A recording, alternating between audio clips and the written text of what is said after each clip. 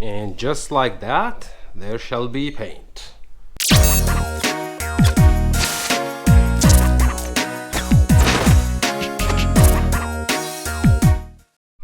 First order of business, we're planning to remove the emblem from the trunk. That way we can actually prep the trunk for the paint from the outside. How to remove them? It's easy. We bought the heat gun, so all what you need to do is just heat up the letters, and with the scraper you just simply scrape them and get them out. Now that's the easy part. The hard part is when you put them back, you need to make sure to put them back in the same spot, same place, and all lined up and all perfect. Easy trick to do that? It's easy. Just get one of those your masking paper, just line it up on top, and see, I'm not yet done, but you can clearly see the plan is I need to cut it to size exactly, so you'll end up having a template. Now this template, as you can see, I'll just cut the letters and everything. As you can clearly see, all what you need to do is just basically push the actual paper on top of the letter, and that will create that edge, and with the blade you just simply cut them to size and you're good to go. So once it's done, all what you need to do at that point, that template or this template, you just need to cut it perfectly and you just need to store it aside. Once you're about to put the emblems back, just put the template on top and you'll have the exact spaces with the exact location where each letter needs to line up. Normally you can buy them from the factory or from the like original parts. It already comes with a template, but we're looking at like quite a lot of money, like $100 just for the emblem and the template that comes with it, and you can only use it once pretty much, and after that what do you need that template for? So create your own template. Let me just finish it up and I'll show you the final product soon, okay? And after cutting it to size and everything, check it out. See how the piece of paper is perfectly lined up with this side, with the bottom, with the other side. And if you look at it closely, there you go, you can see the shapes for each letter. Now all what I need to do is just simply remove this. There you go. And save it somewhere, because this will be the template. I'll use the heat gun, remove those, and the trunk basically will be ready. And while we're at it, I'm gonna have to remove this one, the RX IMPREZA as well, because I need to paint the whole thing. I'll look into buying a different decal for the car just to match it up. Once we're done with that, we can move on to some other thing. Trust me, I've got quite a lot of things to do, but I'm planning to use as much time as I can today in order to get it sorted out. Let's start moving on these ones. Let me just set my settings and we'll get to that, okay?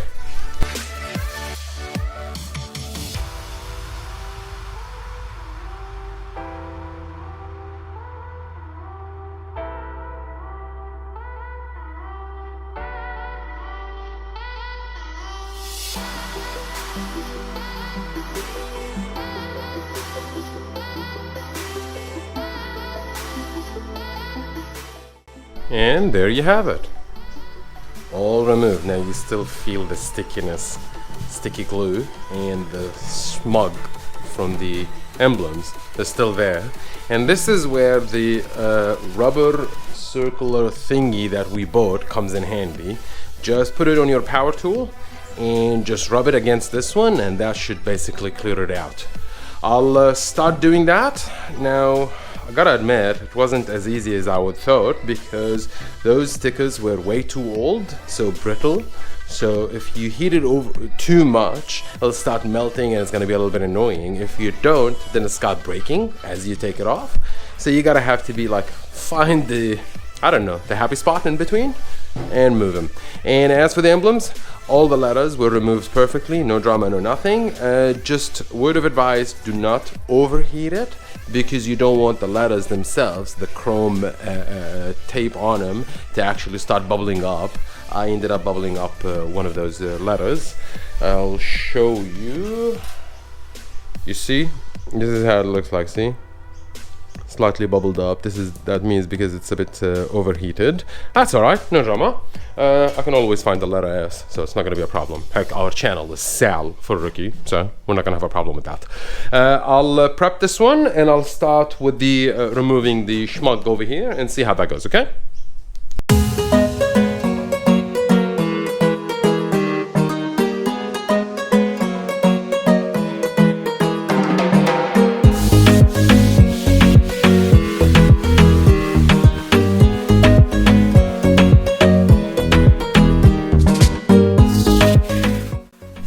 There you have it, folks.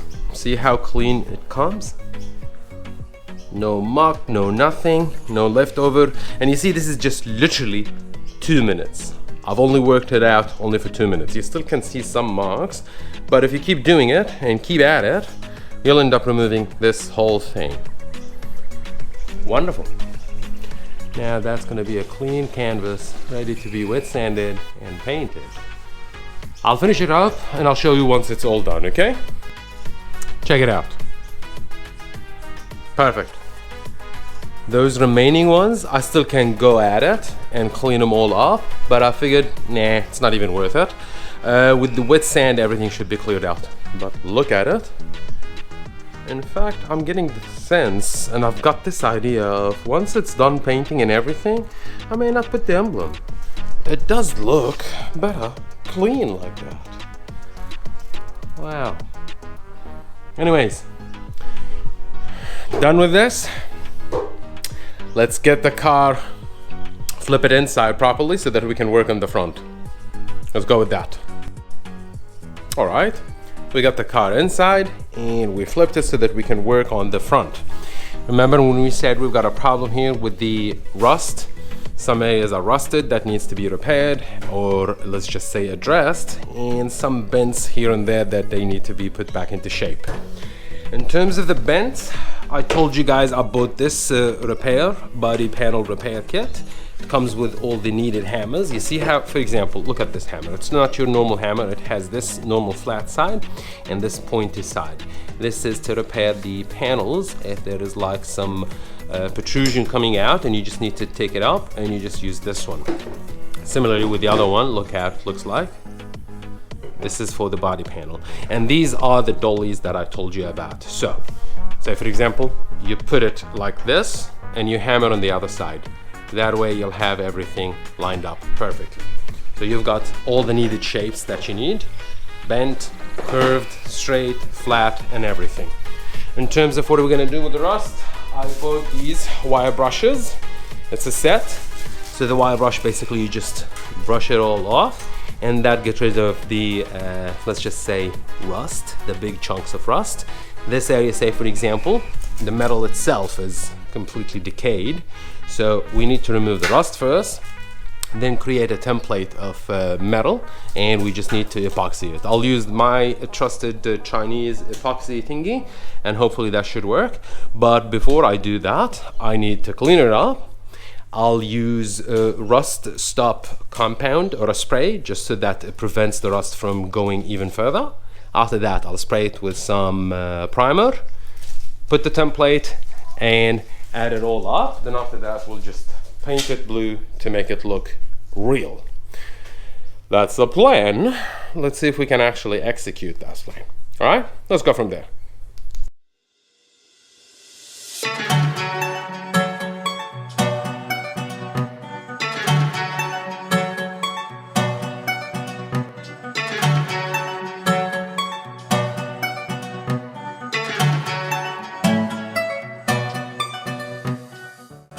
Check it out. It's getting better by the second, or by the hammer. It's getting flatter, and this area I'm just getting rid of all the rust that you can see. Most of it over here, you see, that's a surface rust, so that's easy treatable. Just brush it, prime it, and you're good to go. This one, on the other hand, this is how the metal is actually decaying. This is where we need to put a template and put it over here just to hold it in place. As for the rest, you've got some bends here and there that I need to fix them up, but it's getting far much better. I'm not gonna bore you with further. Let me just work behind the camera and just get it sorted out, and I'll show you how it's gonna look like, okay? All right, look at it. After further more sanding, you can clearly tell the majority is actually surface rust all over, except for the decaying part over here and slightly over here. Now, I just need to say something. Normally speaking, when repairing a car, the best part to do when it comes to facing a situation like that is buy yourself the front crash bar and the radiator support, because all of those are actually spot welded. So there you go. See a spot weld over here, spot weld over here, and once you remove that, you should be able to remove the radiator support, the upper radiator support. Of course, you've got some other spot welds and all. You just need to drill them and you're good to go. Once you do that, you should be able to remove everything. This is part of the frame. Well, it's not an integral part to the frame itself protection wise. It's basically just to protect the radiator, the condenser and all. Now, it already took a hit. In a perfect scenario, this one needs to be pulled back. Pulling this one back means you'll be able to align everything back into place and fix it properly. So this is the right way to fix it. Now, I'm not a panel beater myself. I don't have a frame machine. So what I'm trying to do is fix it on a DIY style. We removed all the rust with the wire brush. We used also 80 grit sanding paper. Once that is done, this is what I got. I bought metal sheet. It's a metal sheet. I'll cut it to place into size and I'll epoxy it. So I'll do one from the inside, one from the outside. Once you do that, you'll have a proper sandwich, if you must, that protects the metal. Now keep in mind, there is a certain order. The first step, remove the decaying parts, these ones, and replace it with the metal. That's the right way. I'm not doing that. What I'm trying to do is use the epoxy and those metal sheets to sandwich it. So I'll clean it as much as I can. I'll put the rust stop spray that prevents the rust from getting far much worse. Then I'll use the metal from the inside, metal from the outside, and that way it'll sandwich it properly throughout the epoxy. The epoxy works perfect metal to metal. It's designed basically for that. And it doesn't require much of a flexing and everything. And even if it does, the metal itself is not that thick and the epoxy can work around it. So over here and one over here, and that basically should do it. If you look closely, you can see that there is a leftover of two holes, which is basically, there they are. So the easy part will be, use the metal sheet that I got, put it over here, get the template, drill the holes accordingly, and when you do it over there, just flip it to the other side and it should line up perfectly, because it's exactly the opposite. That's all. So I'll leave it be. I'll start with the rust stop. I'll cut the metal templates and I'll start epoxying them, okay? Quick update. These are the templates that I made. You see this piece here, for example? This piece of metal, this one will go under, so it'll protect this area. And the other one, this is where it goes above, like this, like so. Over here, there you go, before, and this is after, and this is from the inside. This will go basically inside and protects it. So you see, those two, now whilst it may look thin, 1 plus 2 plus the remaining metal plus the epoxy in between, that should create enough and strong sturdy layer to protect it, to protect and fill up the holes. Now protect it from the rust. It needs to be prepared and treated chemically, which I'm about to do now. So I'll do that, then I'll start with the epoxy and I'll throw a quick primer as well, okay? And there you have it. We put the rust treatment, we waited until it dries out, cleaned it up, applied some primer, then we put our templates. You can see that I put the template right over here, and I use the masking tape in order to ensure that all the epoxy and everything holds into place. As far as the other side, I even use some clamps as well.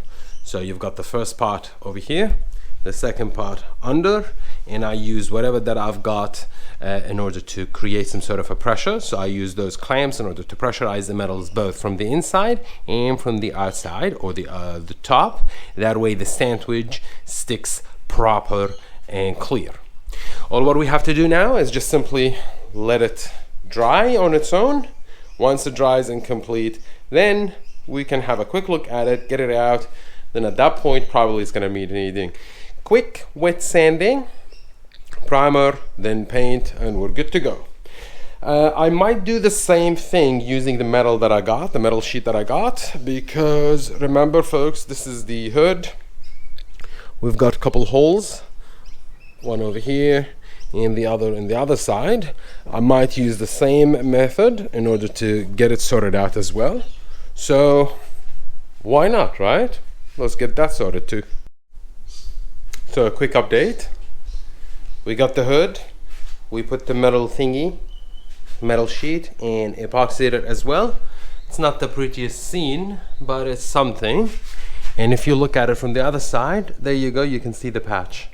Now, it's not complete yet. This is just basically the base. So once it's over there and it'll dry, it becomes a layer where I can actually add additional piece of metal over here with epoxy. Then after that, we can just simply add some mudding and it'll be as good as new.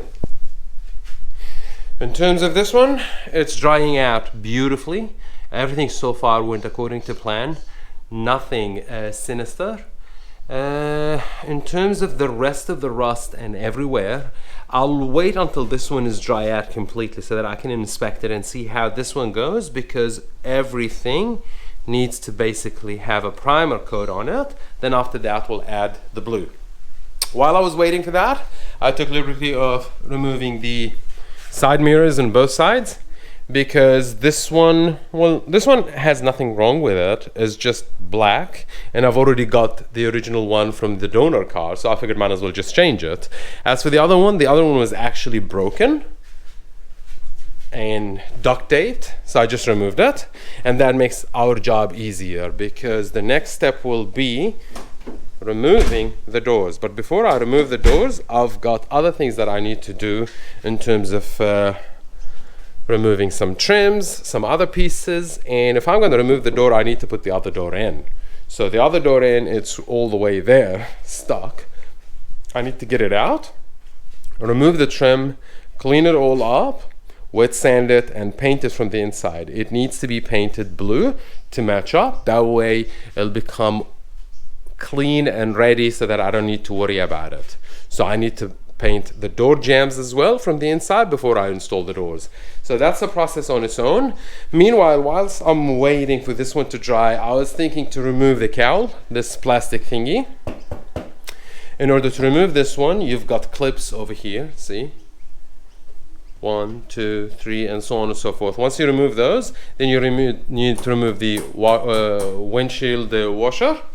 Remove that, then that gives me access to the hinge, because what I'm thinking, I need to remove the hinge to paint it, or I might actually paint it on the spot.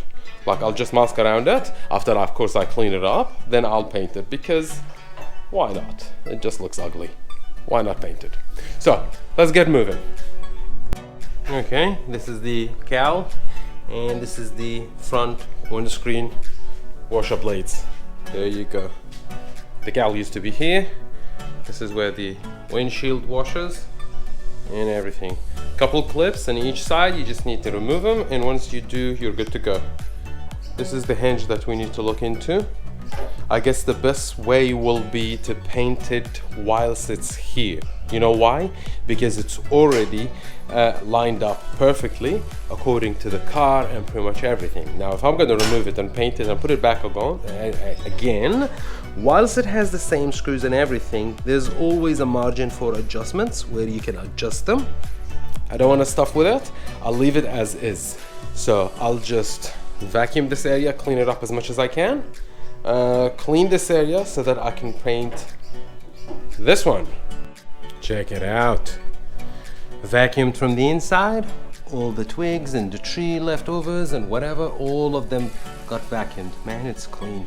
This is basically for the rain drain. So when it rains, it goes through the cowl, through this, and it goes all the way and it seeps all the way from the inside. That's why it wouldn't cause rust and the water wouldn't actually stick inside. Now, the more items, the more stuff and gunk and stuff inside, the more it prevents the water from actually getting through the drain, and this is what causes rust inside the body panel. All clean, perfect. I bet you this car never seen such clean in a long time. This is deep cleaning. Now, the idea is, this is the hinge. This is what we need to paint with a new blue. That way when we put the hood, it's already painted, it looks beautiful. I'm not gonna paint and go overboard, probably just this one, because this is the area where you get to see. The rest will be covered by the cowl, so I'm not too fussed about that. So this one needs to be painted, this one, and probably from the other side, as why not? I'll try mask it up. Once it's masked up, quickly sand it with sand and prep sole, and you're good to go. Cool. All masked up. I use just normal newspapers because I don't see the point in wasting a proper masking paper. For that, it's just only a hinge, that's all. This is basically what needs to be painted, and that's about it. I gave myself extra space because if I went overboard, it's not gonna be that big of a problem. The fender anyways will protect it. Wax grease removed, before that wet sanded, and it's ready to go. I'll hit it with a quick spray and see how that goes. Let's go hold my home. Let's paint that.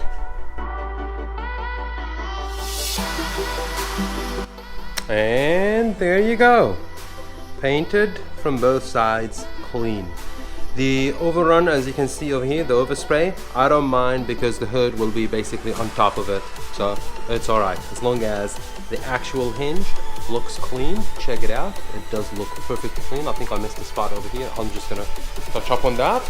And the other side, look at it. Wonderful, perfect, and clean. Brilliant job. Now all what you need to do is just wait until it dries, remove the masking newspaper, and you're good to go. At least we've got something else done. On a separate note, these ones are drying out, so what I'm going to do now is just remove the masking just to see what sort of fix-up or damage that we've caused. Cool. Well, you look at that. See, that's the metal patch. This is the other one. So this is only the surface, and it's dry, so everything is fine. All what you need to do now is just a quick sand, apply another primer on it, and she's gonna be ready for paint. Wonderful. Just go do that, just that. And just like that, it is already wet sanded, cleaned up, and primed. There you go, see? This is where you see the batch. And this is the other side. This is just only the first coat of primer. I'm just gonna have a quick look at it and see if there is any bubble or reaction. Clean that up and hit it with another one. And this is how we complete our crash bar. All what you need to do now is just apply the paint, because we've got paint, might as well. And just like that, there shall be paint. All clean, all painted, beautiful. You can clearly see the primer through in some areas, but this is how the company normally paint their inside parts. They don't go overboard and they don't actually clean them and paint them perfectly. It's just a mist of paint just to see that. And since we've already repaired it, I figured might as well just paint it. Let's reverse the car and bring it inside. And now that we got the car outside, it's getting baked under the sun. Check those hinges. Check this front. Man, I would say today is a success. And on top of all that, we've actually cleaned up the garage. Vacuumed it and cleaned it so that we're ready for the next project. Task, same project. Hey guys, it's been a long day. We managed to get quite a lot of things done, and as you can see, my helper is sitting in the back doing absolutely nothing. She's just sitting. Say hello.